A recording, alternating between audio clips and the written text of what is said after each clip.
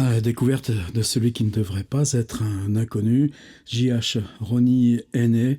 Vous avez un lien dans la barre d'infos vers une vidéo de Clément Humel en dialogue avec Azélie Fayol sur qu'est-ce qui se passe et pourquoi c'est maintenant qu'on le lit autrement, différemment. Ce livre, La mort de la Terre, un roman relativement bref, est publié en 1912. Il a été réimprimé plusieurs fois, notamment par la légendaire collection Présence du futur de Noël en 1958, presque au tout début de la collection. Le premier épisode, on a lu les chapitres 1 et 2, qui sont des chapitres d'exposition un peu plus longs. Ensuite, en une heure, on a fait les chapitres 3 à 9. Les épisodes sont en lien aussi dans la barre d'infos. Là, ce sera le troisième épisode.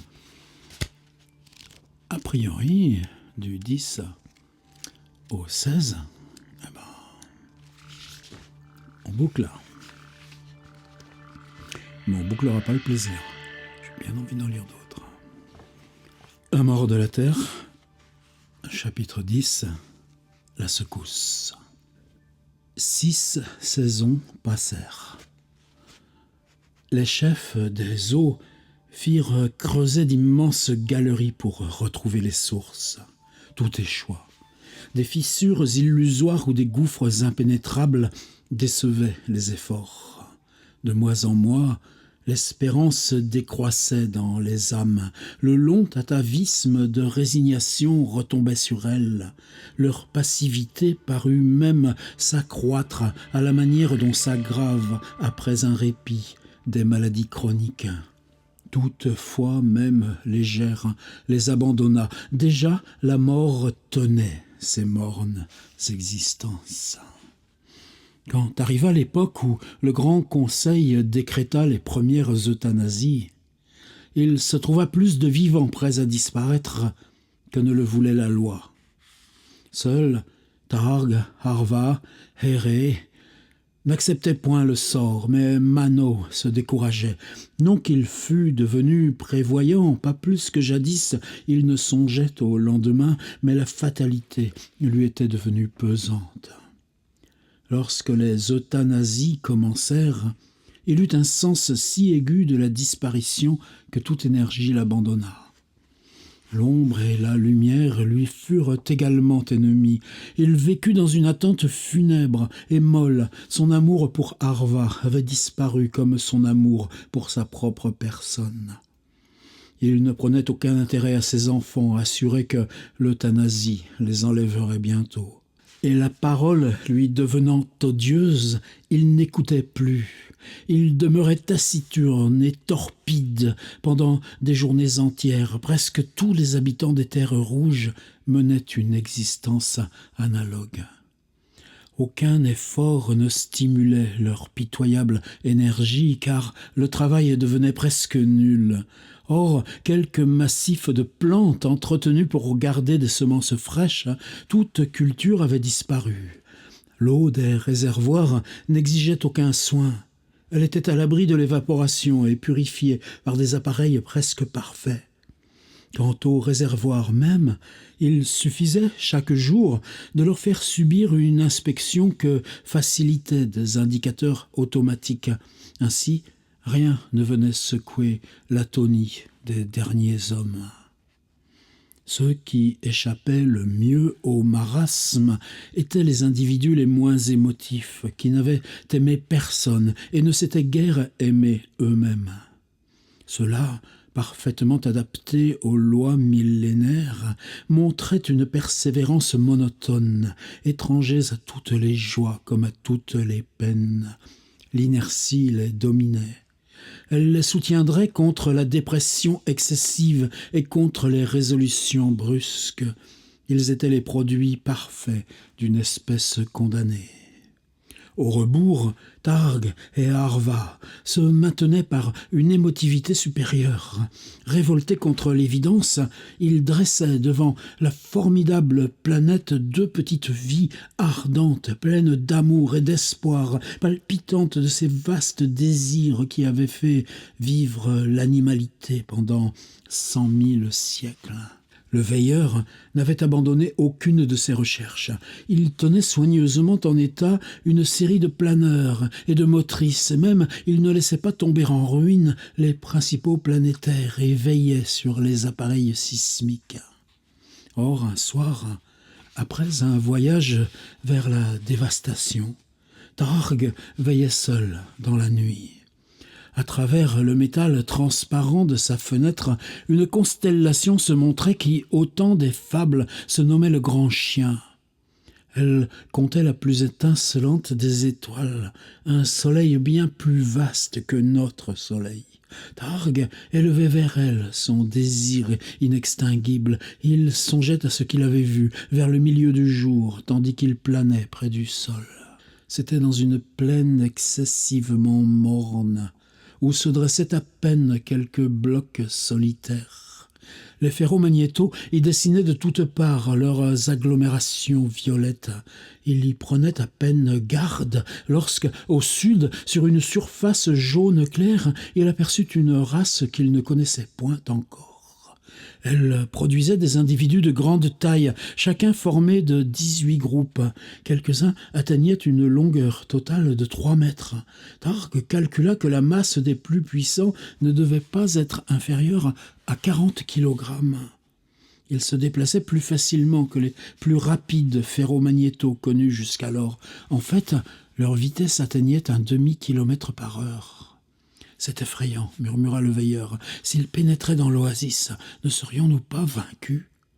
Le moindre hiatus dans l'enceinte nous ferait courir un danger mortel. » Il frissonna. Une tendresse inquiète le mena dans les chambres voisines. À la lueur orange d'un radiant, il contempla l'étonnante chevelure lumineuse d'Airée et le visage frais des enfants. Son cœur fondait.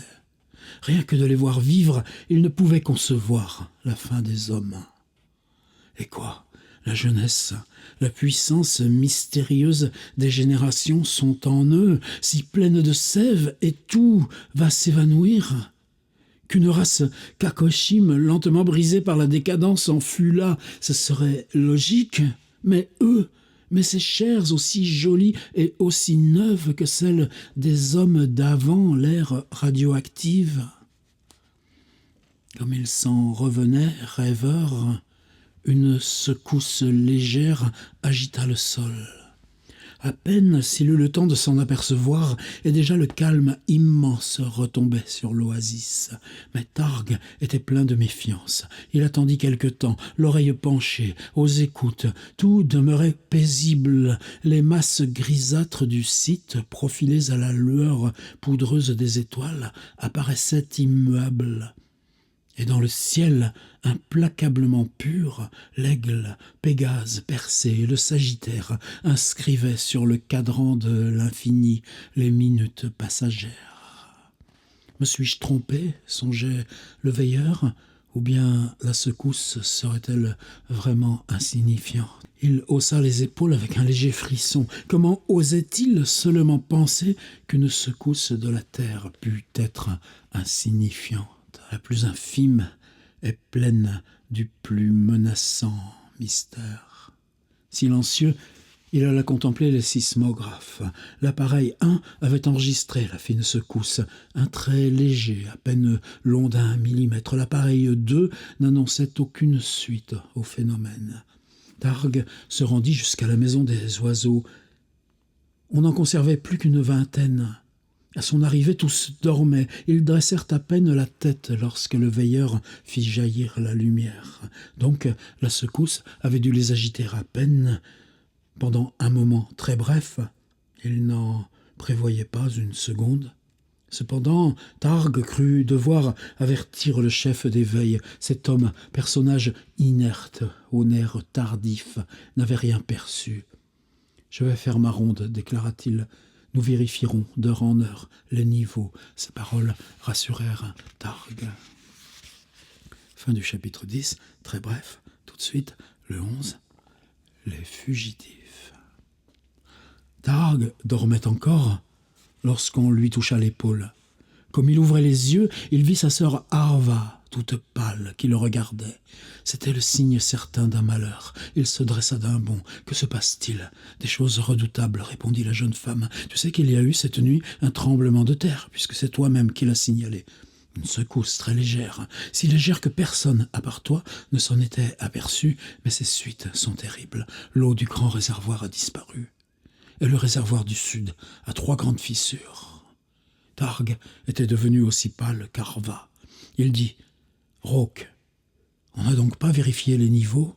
Si, jusqu'au matin, les niveaux n'ont pas varié. Au matin seulement, le grand réservoir s'est brutalement effondré. En 10 minutes, l'eau était perdue. Dans le réservoir du sud, les fissures se sont déclarées il y a une demi-heure. On pourra tout au plus sauver le tiers du contenu. » Targ avait la tête basse, les épaules rentrées. Il était comme un homme qui va s'écrouler. Et il murmura plein d'horreur.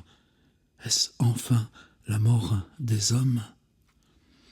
La catastrophe était complète. Comme on avait épuisé pour les besoins de l'oasis tous les réservoirs de granit, hors ceux que venait de frapper l'accident, il ne restait d'eau que celle qu'on tenait dans les bassins d'Arcom. Elle suffirait à désaltérer 500 ou 600 créatures humaines pendant une année. Le Grand Conseil se réunit. Ce fut une assemblée glaciale, presque taciturne. Les hommes qui la composaient, à part Targ, étaient parvenus à l'état de résignation parfaite. Il n'y eut guère de délibération, rien que la lecture des lois et un calcul basé sur des données invariables. Aussi, les résolutions furent-elles simples, nettes, impitoyables. Rem, grand chef des eaux, résuma. La population des terres rouges se monte encore à 7000 habitants. 6000 doivent aujourd'hui même se soumettre à l'euthanasie. 500 mourront avant la fin du mois. Les autres décroîtront de semaine en semaine, de manière à ce que 50 humains puissent se maintenir jusqu'à la fin de la 5e année. Si alors des eaux nouvelles ne sont pas découvertes, ce sera la fin des hommes. L'Assemblée écoutait, impassible. Toute réflexion était vaine. Une fatalité incommensurable enveloppait les âmes. Et Rem dit encore, les hommes et les femmes ayant dépassé 40 ans ne doivent pas survivre. À part 50, tous accepteront l'euthanasie aujourd'hui même. Pour les enfants, 9 familles sur 10 n'en conserveront point. Les autres en garderont un seul. Le choix des adultes est fixé d'avance. Nous n'aurons qu'à consulter les listes de structures. Une faible émotion agita l'assemblée. Puis les têtes s'inclinèrent en signe de soumission. Et la foule du dehors, à qui les ondifères avaient communiqué la délibération, se taisait. À peine si quelque mélancolie assombrissait les plus jeunes. Mais Targ ne se résignait point. Il rejoignit d'un élan sa demeure, où Arva et Herei attendaient déjà, frémissantes. Elles tenaient contre elles leurs enfants. L'émotion les soulevait, l'émotion jeune et tenace, source de l'antique vie et des vastes avenirs. Près d'elles, Manao rêvassait. Leur trouble ne l'avait surpris qu'une minute. Le fatalisme était sur ses épaules comme un roc. À la vue de Targ, Arva s'écria « Je ne veux pas !» « Je ne veux pas. Nous ne mourrons pas ainsi. »« Tu as raison, » répliqua Targ. « Nous tiendrons tête à l'infortune. » Manao sortit de sa torpeur pour dire « Et que ferez-vous ? La mort est plus proche que si nous avions 100 ans de vie. »« N'importe, » cria Targ. « Nous partirons.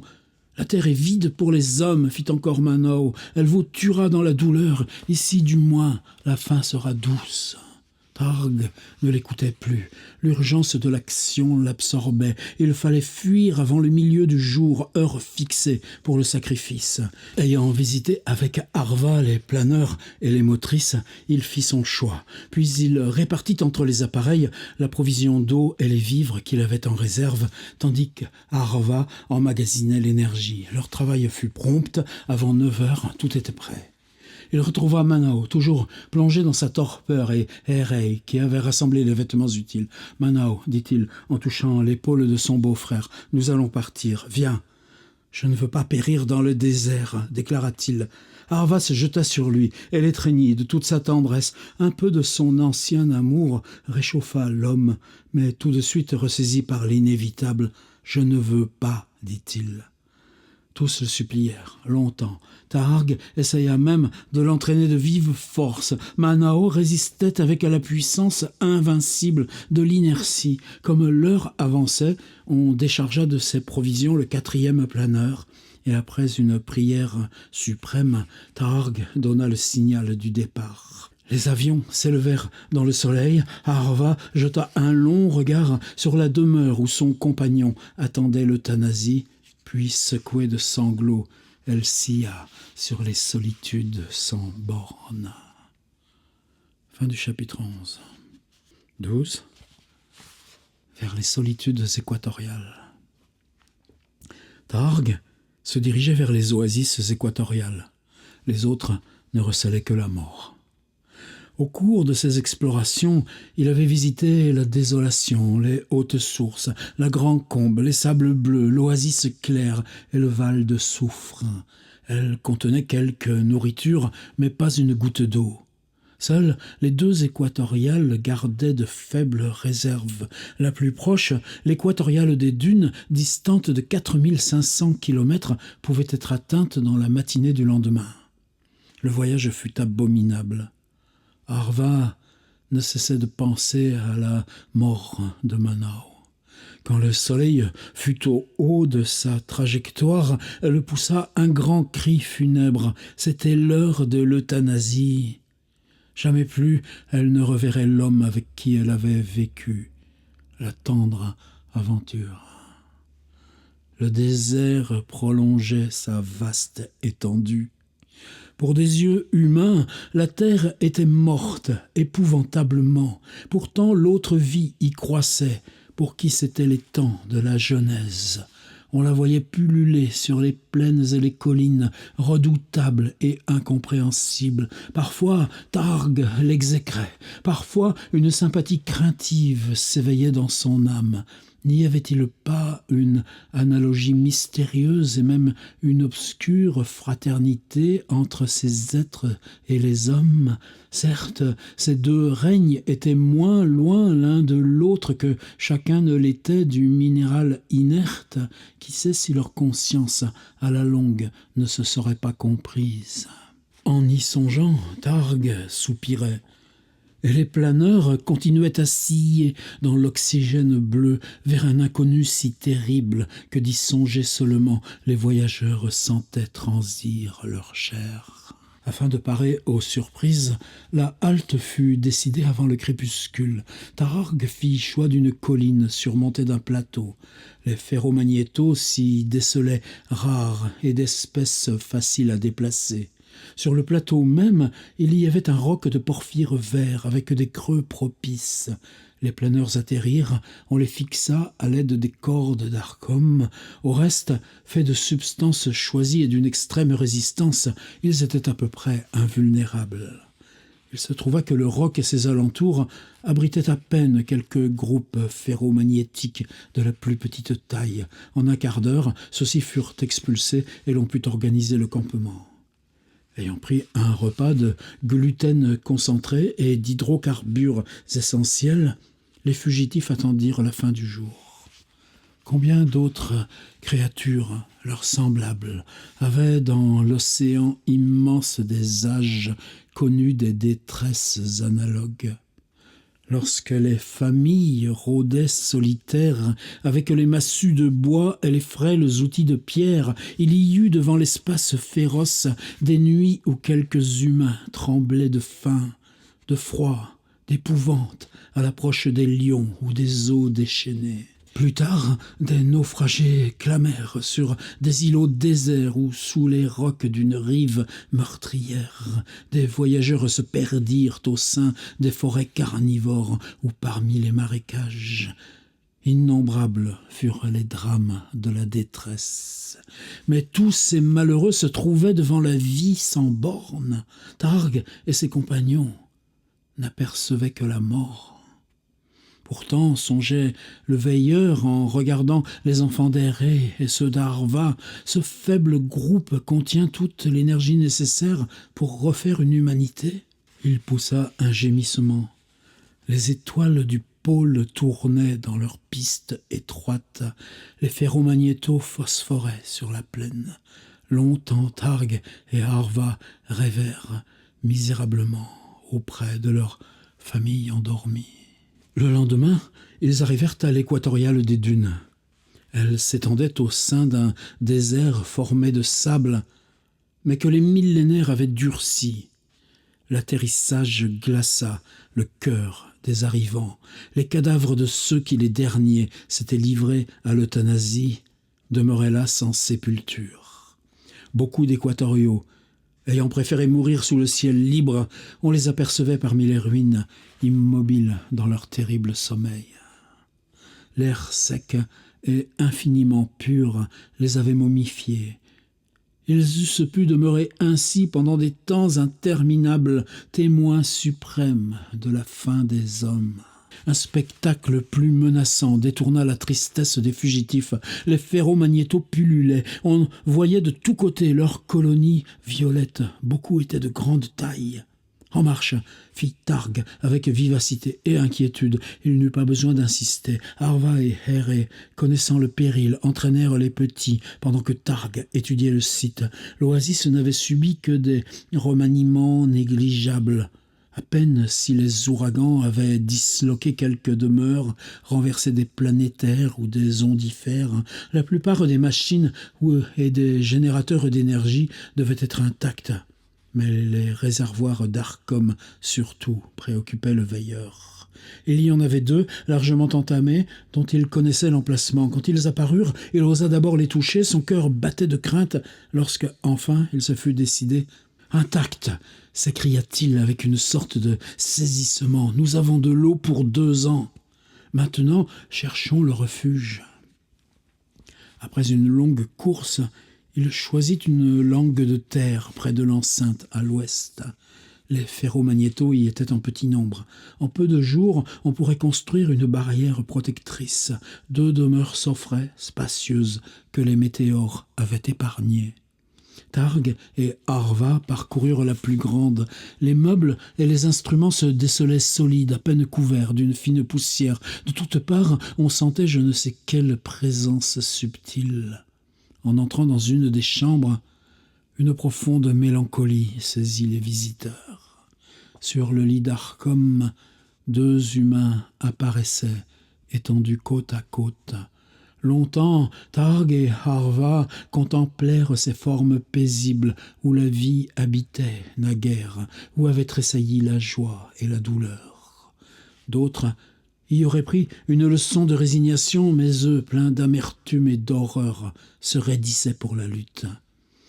Ils firent disparaître les cadavres et, ayant abrité Héré avec les enfants, ils expulsèrent quelques groupes de ferromagnétos. Ensuite, ils prirent leur premier repas sur la terre nouvelle.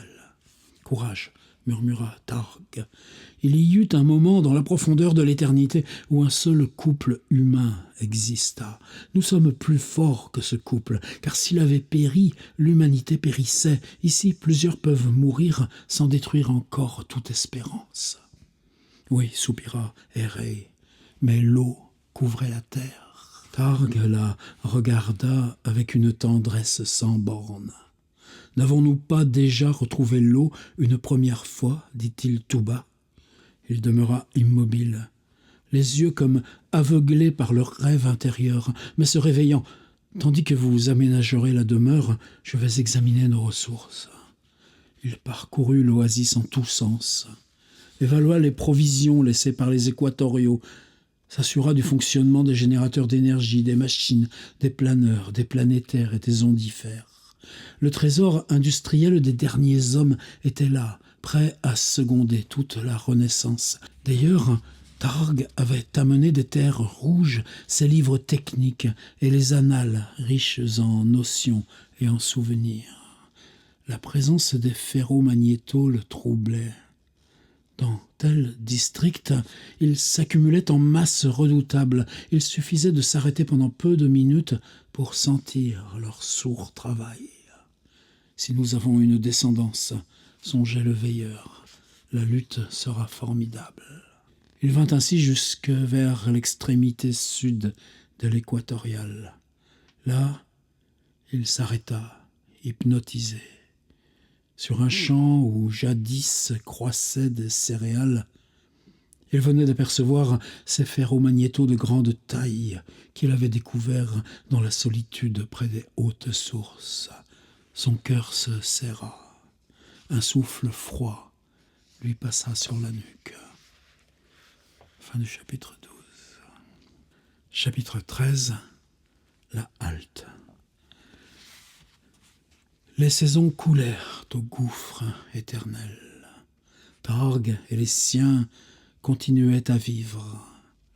Le vaste monde les enveloppait de sa menace. Naguère, lorsqu'ils habitaient les terres rouges, ils subissaient déjà la mélancolie de ces déserts où s'annonçait la fin des hommes. Mais après tout, des milliers de leurs semblables occupaient avec eux le refuge suprême. Maintenant, ils concevaient une plus complète détresse. Ils n'étaient plus qu'une race minuscule de l'ancienne vie. D'un pôle à l'autre, dans toutes les plaines, sur toutes les montagnes, chaque parcelle de la planète était ennemie. Or, cette autre oasis où l'euthanasie dévorait des créatures qui avaient, sans rémission, abandonné l'espérance. On avait enveloppé le terrain choisi d'une enceinte protectrice, consolidé encore les réservoirs d'eau, rassemblé et abrité les provisions, et Targ partait souvent à la découverte avec Here ou Arva à travers l'étendue désertique. Tout en cherchant l'eau créatrice, il amassait partout les matières hydrogénées. Elles étaient rares. L'hydrogène, dégagé en masse immense au temps de la puissance humaine et aussi lorsqu'on avait voulu remplacer l'eau de la nature par une eau industrielle, avait presque disparu. Selon les annales, la plus grande partie s'était décomposée en protoatomes et disséminée dans les espaces interplanétaires. L'autre partie avait été entraînée par des réactions mal définies à des profondeurs inaccessibles. Cependant, Targ récoltait assez de substances utiles pour accroître sensiblement la provision d'eau, mais ce ne pouvait être là qu'un expédient. Les ferromagnétos, surtout, préoccupaient Targ. Il prospérait. C'est qu'il y avait sous l'oasis, à peu de profondeur, une réserve considérable de fer humain.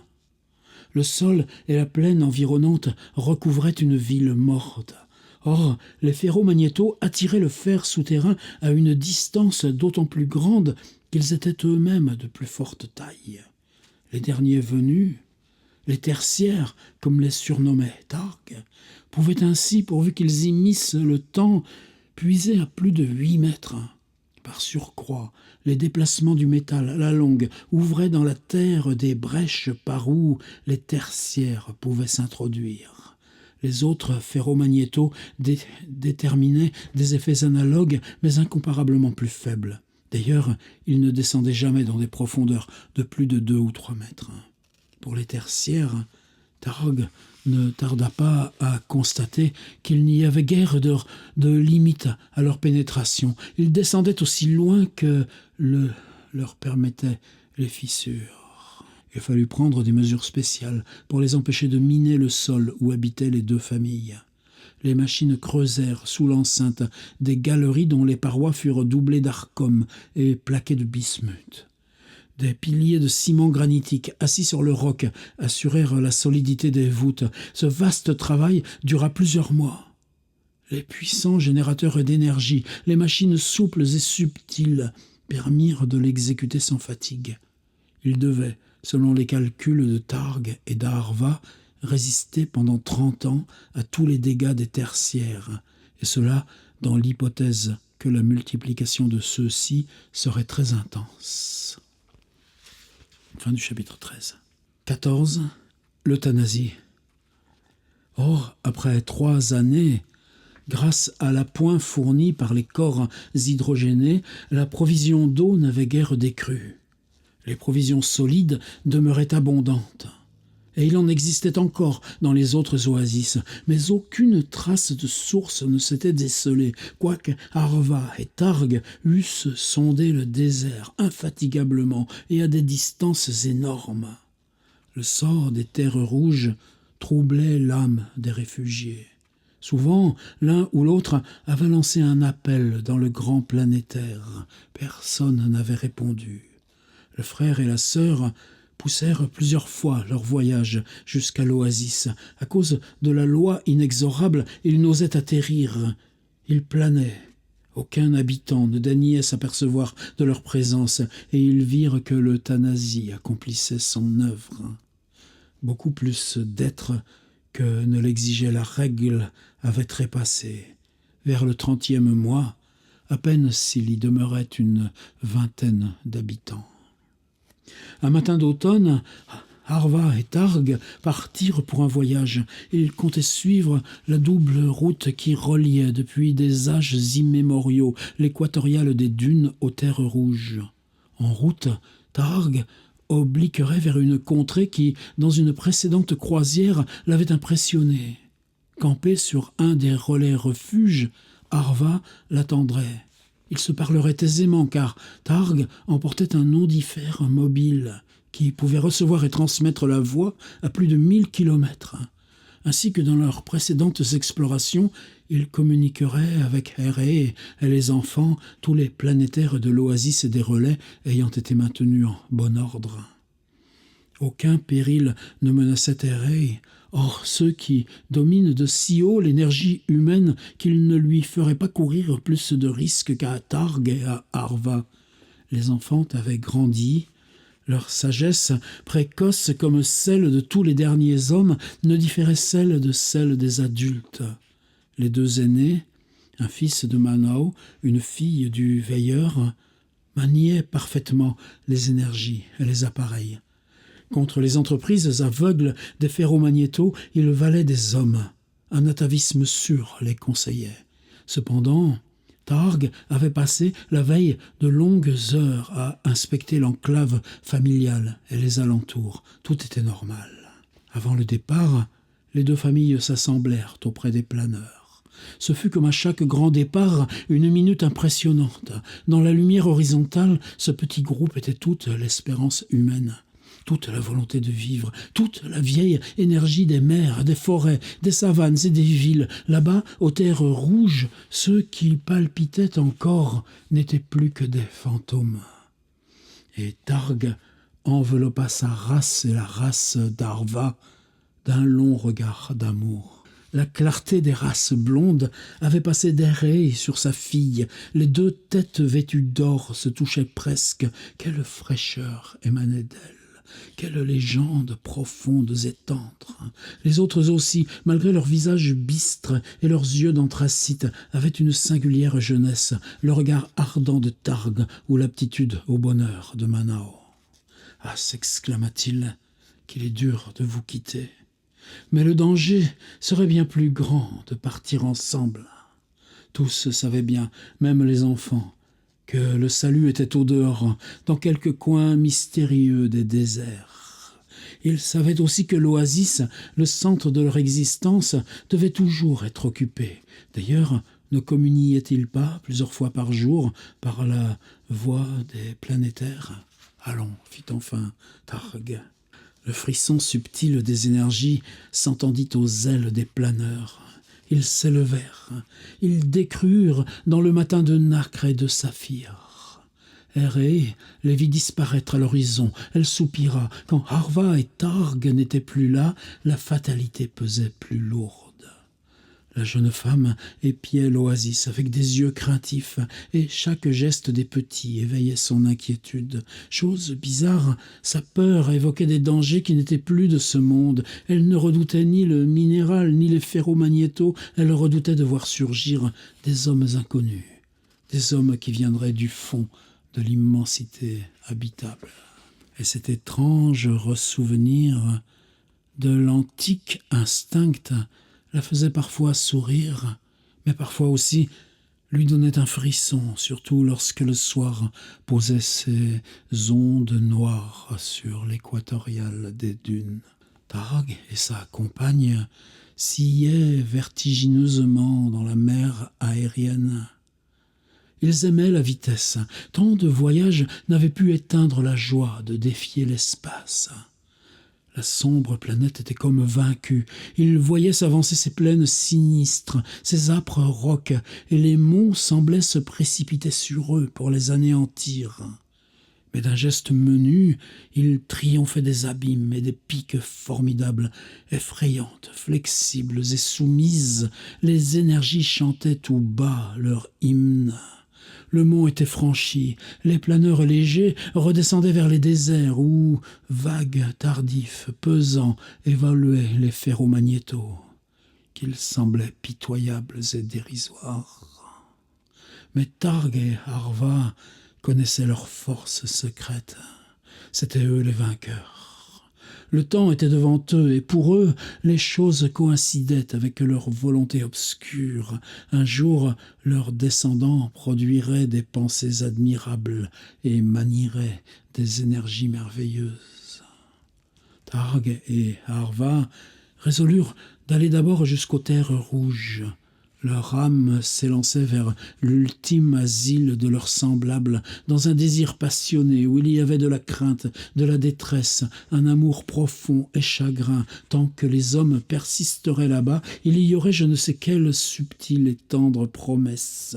Quand ils auraient enfin disparu, la planète semblerait plus lugubre encore, les déserts plus hideux et plus vastes. Après une courte nuit passée sur un des relais, les voyageurs eurent par la voie du planétaire une causerie avec Harry et les enfants. C'était moins pour se rassurer que pour rejoindre la famille à travers l'espace. Ensuite, ils sillèrent vers l'oasis. Ils y parvinrent avant le milieu du jour. Elle semblait immuable. Telle ils l'avaient quittée, telle elle se profilait au foyer de leurs oculaires. Les demeures d'Arkham miroitaient au soleil. On apercevait les plateformes des ondifères, les remises des motrices, des planeurs, les transformateurs d'énergie, les machines colossales ou délicates, les appareils qui puisaient naguère l'eau aux entrailles du sol et les champs où poussèrent les dernières plantes. Partout demeurait l'image de la puissance et de la subtilité humaine. Au premier signal, des forces incalculables pouvaient être déchaînées, puis asservies, d'énormes travaux accomplis. Tant de ressources demeuraient aussi inutiles que la palpitation d'un rayon dans l'éther infini. L'impuissance de l'homme était dans sa structure même. Né avec l'eau, il s'évanouissait avec elle. Pendant quelques minutes, les planeurs voguèrent par-dessus l'oasis. Elle semblait déserte. Aucun homme, aucune femme, aucun enfant ne se montrait au seuil des demeures, sur les chemins ni sur les champs incultes, et cette solitude glaçait l'âme des serviteurs. « Serait-il mort enfin ?» murmura Arva. « Peut-être, » répondit Targ. Les planeurs descendirent jusqu'à frôler le haut des maisons et les plateformes des planétaires. C'était le silence et l'immobilité d'une nécropole. L'air assoupi ne mouvait pas même la poussière. Seules des bandes de ferromagnétos s'agitaient avec lenteur. Targ se décida à descendre sur une plateforme et fit vibrer le transmetteur d'un ondifère. Un appel puissant se répéta de conque en conque. « Des hommes !» s'écria soudain Arva. Targ reprit son vol. Il vit deux personnages au seuil d'une demeure et, pendant quelques minutes, hésita à les interpeller. Quoique les habitants de l'oasis ne formassent plus qu'un groupe pitoyable, Targ vénérait en eux son espèce et respectait la loi. Celle-ci était gravée dans chacune de ses fibres. Elle lui apparaissait profonde comme la vie même, redoutable et tutélaire, infiniment sage, inviolable. Et puisqu'elle l'exilait à jamais des terres rouges, il s'inclinait devant elle. Aussi sa voix trembla-t-elle lorsqu'il s'adressa à ceux qui venaient d'apparaître. « Combien y a-t-il de vivants dans l'oasis ?» Les deux hommes élevèrent des visages pâles, qui exprimaient une étrange sérénité. Puis l'un d'eux répondit « Nous sommes 5 encore. Ce soir, nous serons délivrés. » Le cœur du veilleur se serra.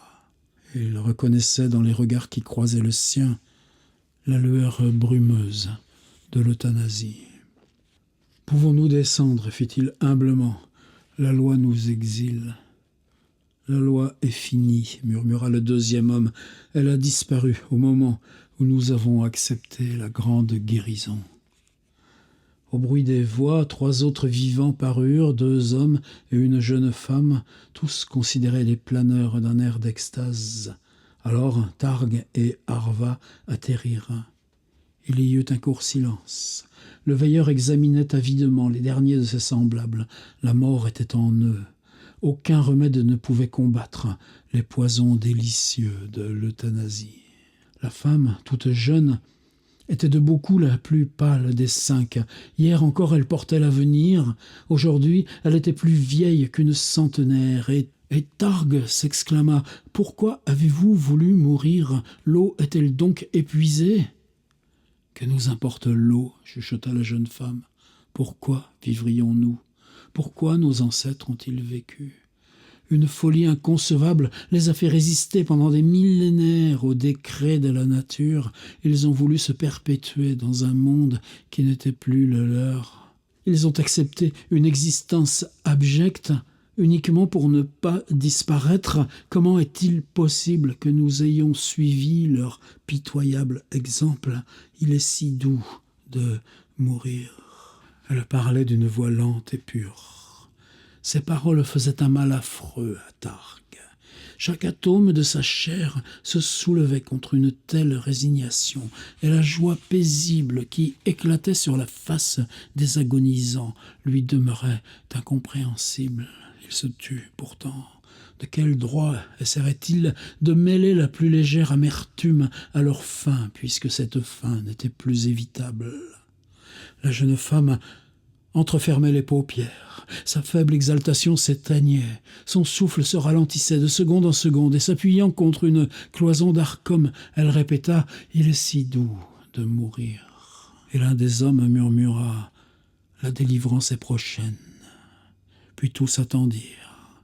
La jeune femme s'était étendue sur le sol, elle respirait à peine, une pâleur croissante envahissait ses joues, puis elle rouvrit un moment les yeux, elle regarda Targ et Arva avec une tendresse apitoyée. « La folie de la souffrance demeure en vous, » balbutia-t-elle. Sa main se souleva, retomba lentement, ses lèvres frémirent, une dernière onde agita sa chair, enfin ses membres s'allongèrent et elle s'éteignit aussi doucement qu'une petite étoile au bas de l'horizon. Ses 4 compagnons la considéraient avec une tranquillité heureuse. L'un d'eux murmura « La vie n'a jamais été désirable, même au temps où la terre voulait la puissance des hommes. » Frappés d'horreur, Targ et Arva gardèrent longtemps le silence. Puis ils enveloppèrent pieusement celle qui, la dernière, avait représenté le futur aux terres rouges. Mais ils n'eurent pas le courage de rester avec les autres. La certitude absolue de leur mort les emplissait d'épouvante. « Partons, Arva, dit-il doucement. Aujourd'hui, disait le veilleur, tandis que son planeur volait de conserve avec celui d'Arva. Nous sommes vraiment, nous et les nôtres, la seule, la dernière chance de l'espèce humaine. » Sa compagne tourna vers lui un visage plein de larmes. Malgré tout, balbutia-t-elle, c'était une grande douceur de savoir qu'on vivait encore aux terres rouges. Que de fois cela m'a consolée. Et maintenant, maintenant. Son geste montrait l'étendue implacable et les lourdes montagnes de l'Occident.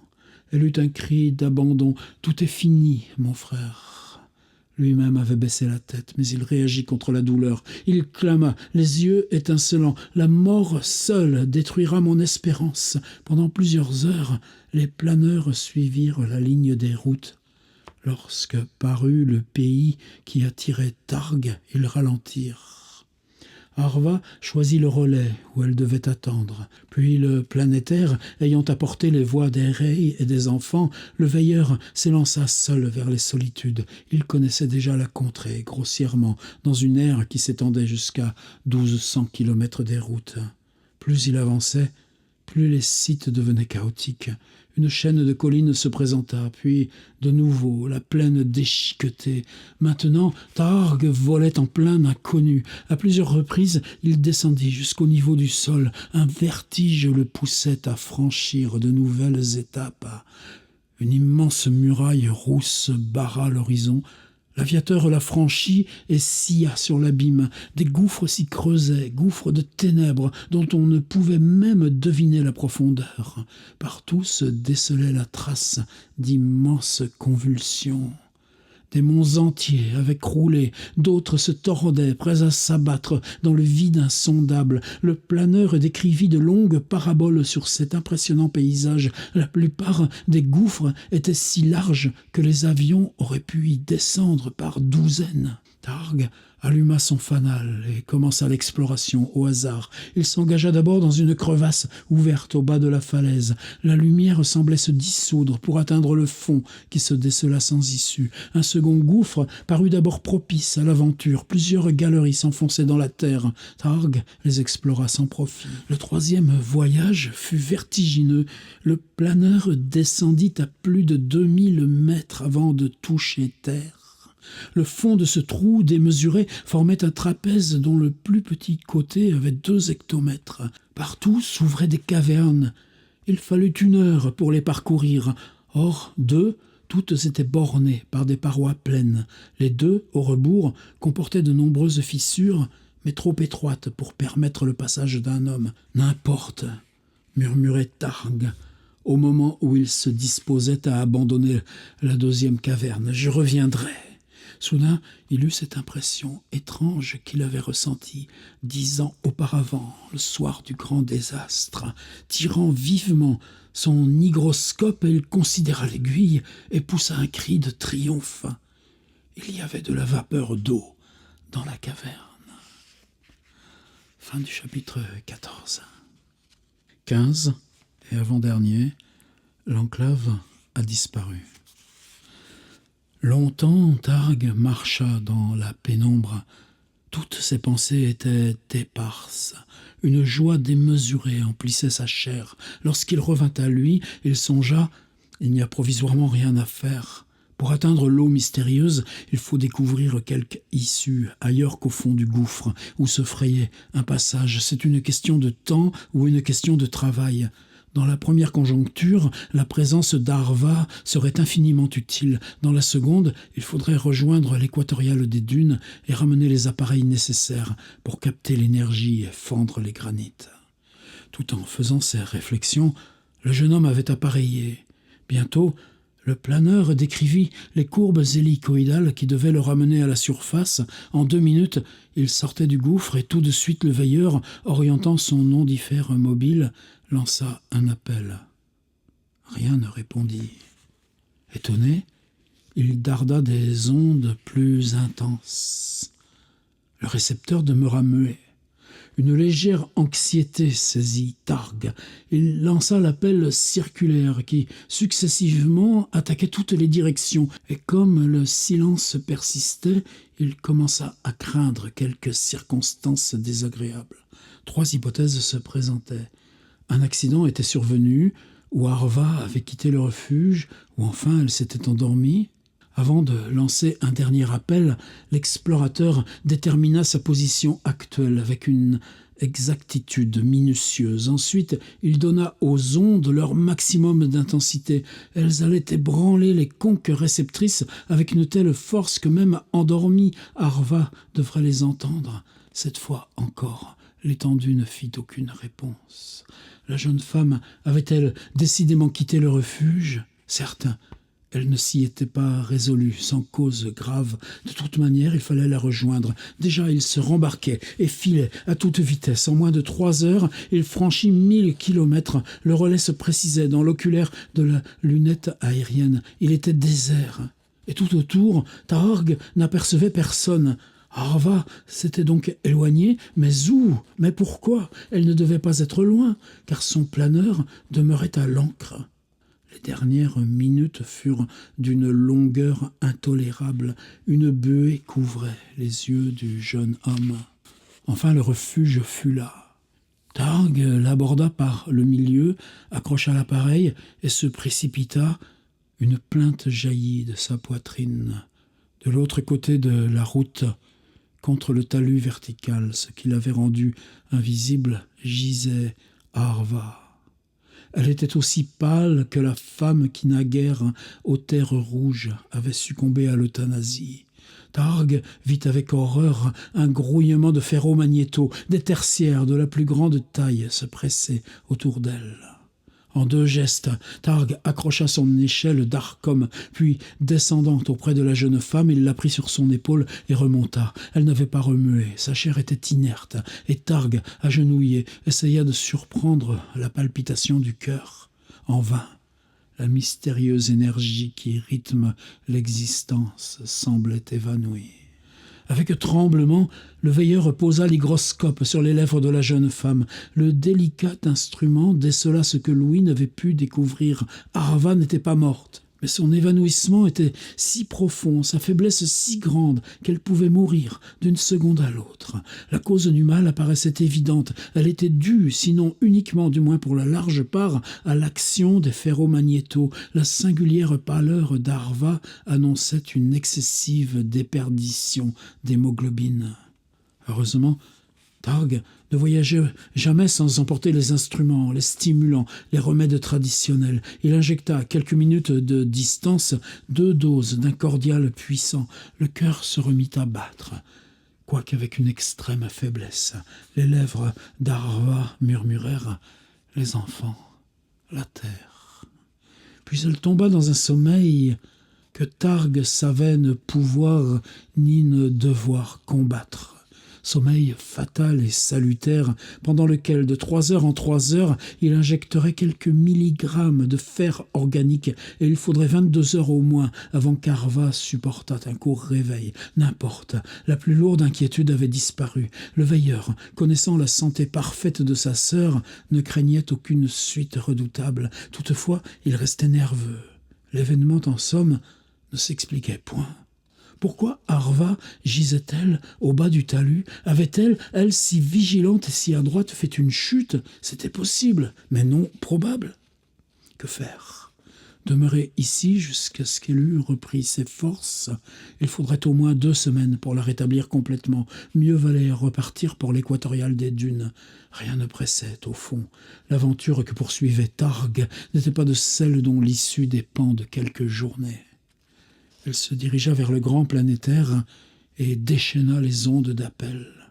Comme là-bas, au sortir du gouffre, il ne reçut aucune réponse.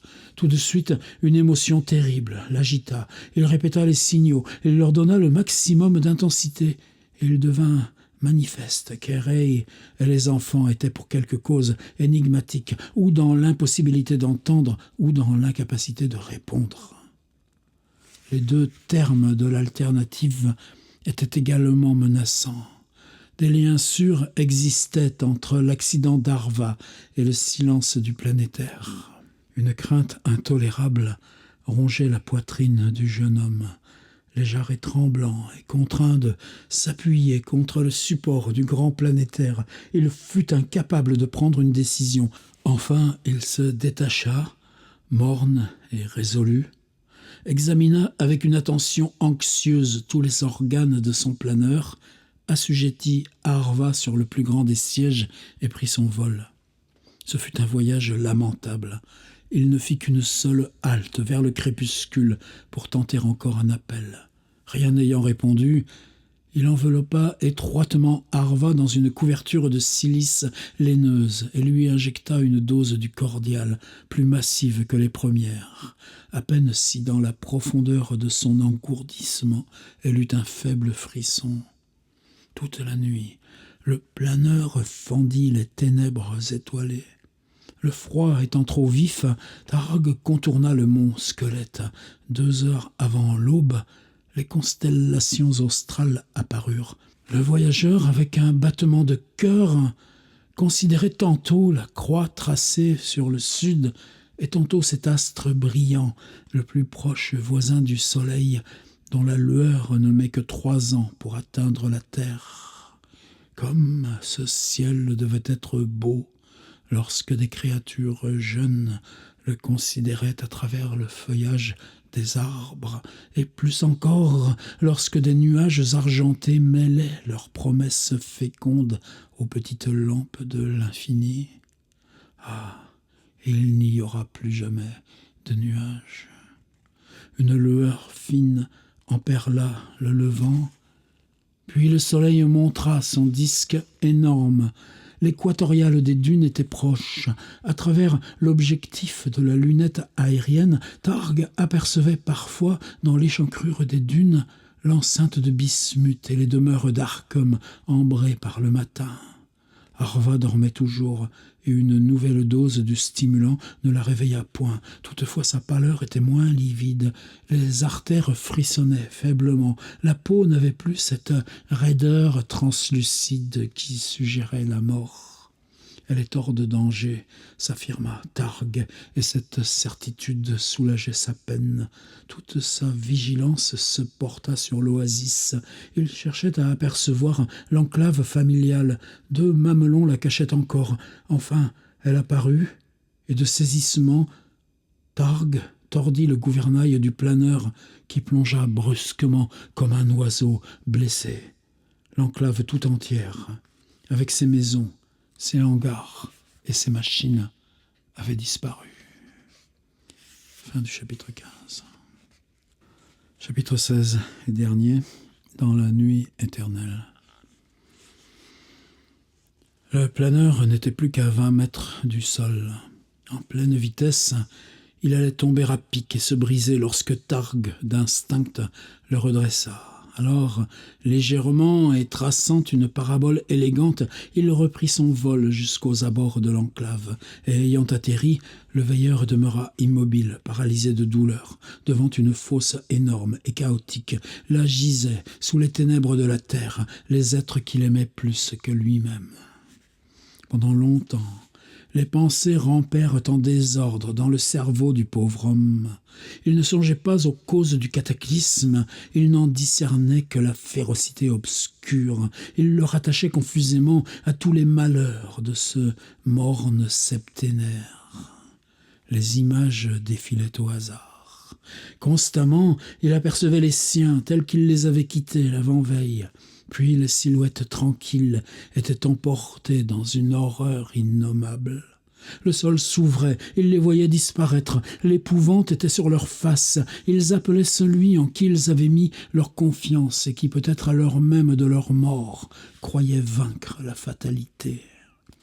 Lorsqu'il put enfin réfléchir, le dernier homme essaya de se figurer la catastrophe. Était-ce une nouvelle secousse planétaire ? Non. Aucun sismographe n'avait enregistré le moindre trouble. D'ailleurs, à part quelques hectares de l'oasis et du désert, l'enclave seule se trouvait atteinte. L'événement se ramenait aux circonstances antérieures. Le sous-sol, fracturé, s'était rompu.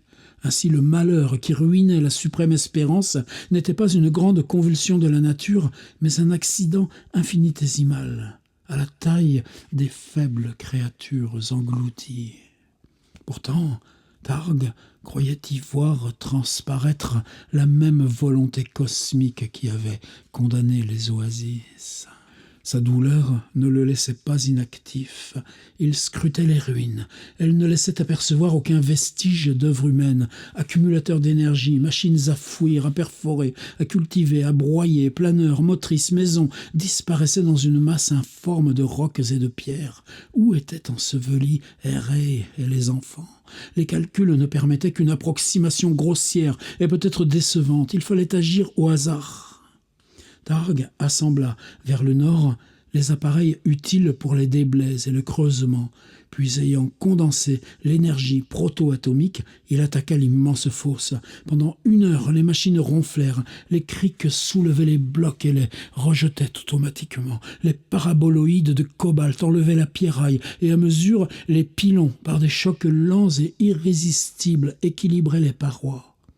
Lorsque la tranchée eut atteint une longueur de 20 mètres, un planeur se montra, puis un grand planétaire avec son support de granit et ses accessoires, puis une maison d'Arkham. Leur emplacement précisait les calculs de Targ. En supposant que la catastrophe eût surpris la famille auprès de la demeure, il fallait creuser vers l'ouest.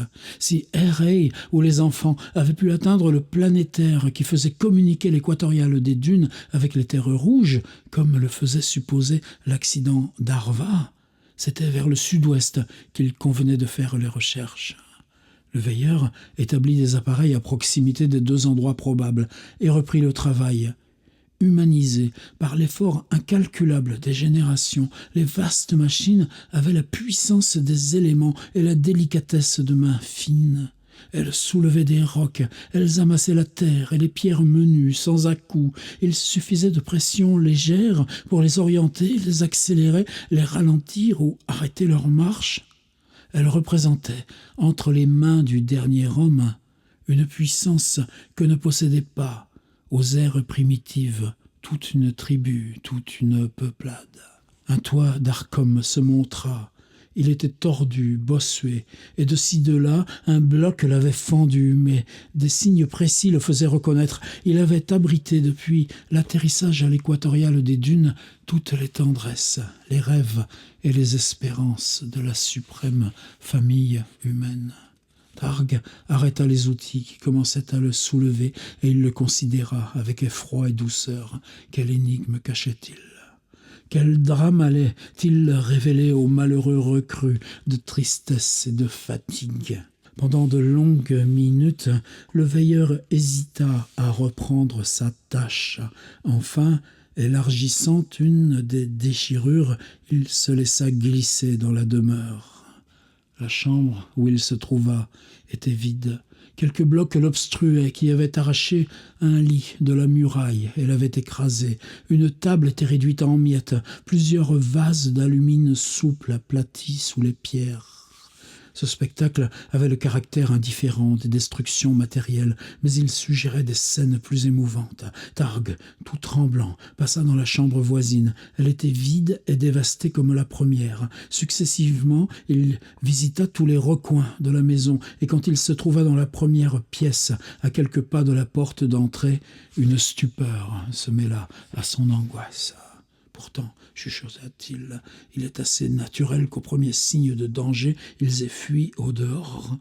Il essaya de se figurer la manière dont s'était produit le premier choc, et aussi l'image qu'Errey avait pu se faire du péril. Il ne lui vint que des sensations et des idées contradictoires. Une seule impression demeurait fixe, c'est que l'instinct devait conduire la famille près du planétaire des terres rouges. C'est donc vers là qu'il était logique de se diriger. Mais comment ? Errey était-elle parvenue au grand planétaire ou avait-elle succombé en route?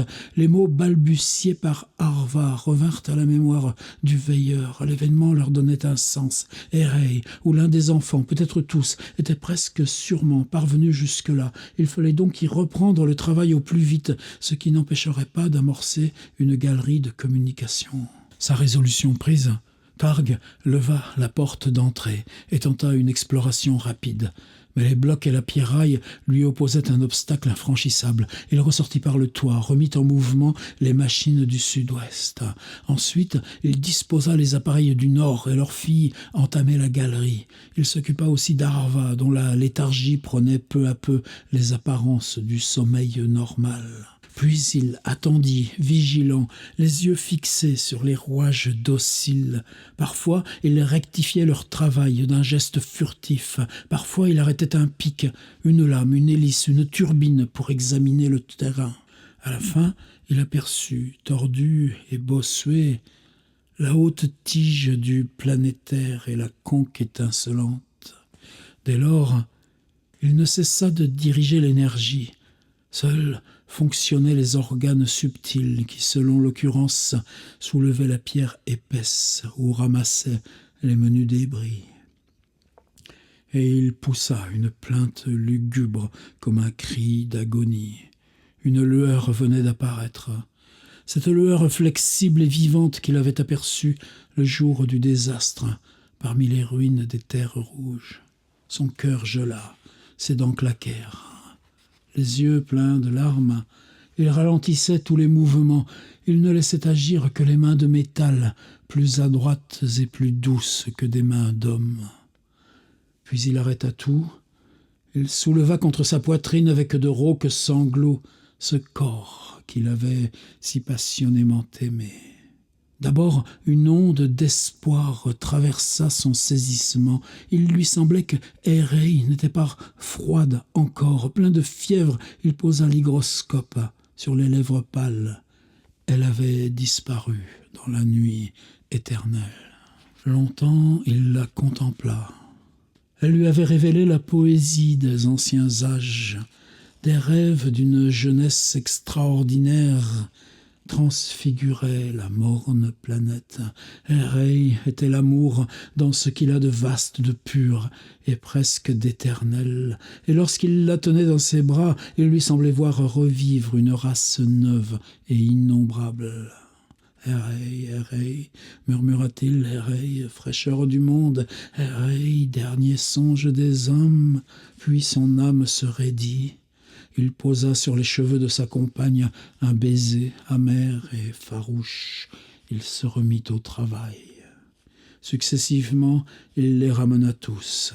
Le minéral s'était montré moins féroce pour eux que pour la jeune femme. Il leur avait épargné la mort lente, l'émiettement intolérable des énergies. Les blocs avaient broyé les crânes, ouvert les cœurs, écrasé les torses.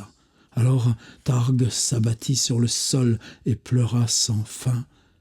La douleur était en lui, vaste comme le monde. Il se repentait amèrement d'avoir lutté contre la fatalité inexorable. Et les paroles de la femme mourante aux terres rouges retentissaient à travers sa peine comme le glas de l'immensité. Une main lui toucha l'épaule. Il se dressa en sursaut. Il vit Arva penchée sur lui, livide et chancelante. Elle était si accablée qu'aucune larme ne lui venait aux paupières, mais tout le désespoir possible aux faibles créatures dilatait ses pupilles. Elle murmurait d'une voix sans timbre « Il faut mourir, il faut mourir ». Leurs yeux se pénétrèrent. Ils s'étaient aimés profondément chaque jour de leur vie à travers toute la réalité, tous les rêves. Les mêmes espérances leur avaient été passionnément communes, et dans la misère infinie, leur souffrance était encore fraternelle. « Il faut mourir », répéta-t-il comme un écho. Puis ils s'étreignirent, et pour la dernière fois, deux poitrines humaines battirent l'une contre l'autre. Alors en silence, elle porta à ses lèvres le tube d'iridium qui ne la quittait jamais. Comme la dose était massive et la faiblesse d'Arva extrême, l'euthanasie dura peu de minutes. La mort, balbutiait l'agonisante. Oh, comment avons-nous pu la craindre ? Ses yeux s'obscurcirent, une lassitude heureuse détendit ses lèvres, et sa pensée était complètement évanouie lorsque le dernier souffle s'exhala de sa poitrine. Il n'y avait plus qu'un seul homme sur la terre. Assis sur un bloc de porphyre, il demeura enseveli dans sa tristesse et dans son rêve. Il refaisait une fois encore le grand voyage vers l'amont des temps qui avait si ardemment exalté son âme. Et d'abord il revit la mer primitive, tiède encore, où la vie foisonnait, inconsciente et insensible. Puis vinrent les créatures aveugles et sourdes, extraordinaires d'énergie et d'une fécondité sans bornes. La vision naquit, la divine lumière créa ces temples minuscules. Les êtres nés du soleil connurent son existence, et la terre ferme apparut. Les peuples de l'eau s'y répandirent, vagues, confuses et taciturnes. Pendant 3000 siècles, ils créèrent les formes subtiles. Les insectes, les batraciens et les reptiles connurent les forêts de la fougère géante, le pullulement des calamites, des sagittaires. Quand les arbres avancèrent, leurs torses magnifiques, alors aussi se montrèrent d'immenses reptiles. Les dinosauriens avaient la taille des cèdres, les ptérodactyles planaient sur les formidables marécages. En ces âges naissent, chétifs, gourds et stupides, les premiers mammifères. Ils rôdent, misérables, et si petits qu'il en fallut 100 000 pour faire le poids d'un iguanodon. Durant d'interminables millénaires, leur existence demeure imperceptible, presque dérisoire. Ils croissent pourtant, leur vient où c'est leur tour, où leurs espèces se lèvent en force à tous les détours de la savane, dans toutes les pénombres des futaies. C'est eux, maintenant, qui font figure de colosses. Le dinothérium, l'éléphant antique, les rhinocéros cuirassés comme les vieux chênes, les hippopotames aux ventres insatiables, l'urus, l'auroch, le macérodorus, le lion géant, le lion jaune, le tigre, l'ours des cavernes, la baleine, aussi massive que plusieurs diplodocus, et le cachalot dont la bouche est une caverne, aspire les énergies éparses. Puis la planète laissa prospérer l'homme. Son règne fut le plus féroce, le plus puissant et le dernier. Il fut le destructeur prodigieux de la vie. Les forêts moururent, et leurs hôtes sans nombre. Toute bête fut exterminée ou avilie. Il y eut un temps où les énergies subtiles et les minéraux obscurs semblèrent eux-mêmes esclaves. Le vainqueur capta jusqu'à la force mystérieuse qui a assemblé les atomes. Cette frénésie même annonçait la mort de la mort de la terre pour notre règne, murmura doucement Targ. Un frisson secoua sa douleur. Il songea que ce qui subsistait encore de sa chair s'était transmis sans arrêt depuis les origines. Quelque chose qui avait vécu dans la mer primitive, sur les limons naissants, dans les marécages, dans les forêts, au sein des savanes et parmi les cités innombrables de l'homme, ne s'était jamais interrompu jusqu'à lui. Et voilà, il était le seul homme qui palpita sur la face redevenue immense de la terre. La nuit venait. Le firmament montra ces feux charmants qu'avaient connus les yeux de trillions d'hommes. Il ne restait que 2 yeux pour les contempler. Targ dénombra ceux qu'il avait préférés aux autres. Puis il vit encore se lever l'astre ruineux, l'astre troué, argentin et légendaire, vers lequel il leva ses mains tristes. Il eut un dernier sanglot. La mort entra dans son cœur et, se refusant l'euthanasie, il sortit des ruines et il alla s'étendre dans l'oasis parmi les ferro-magnéteux. Ensuite, humblement, quelques parcelles de la dernière vie humaine entrèrent dans la vie nouvelle.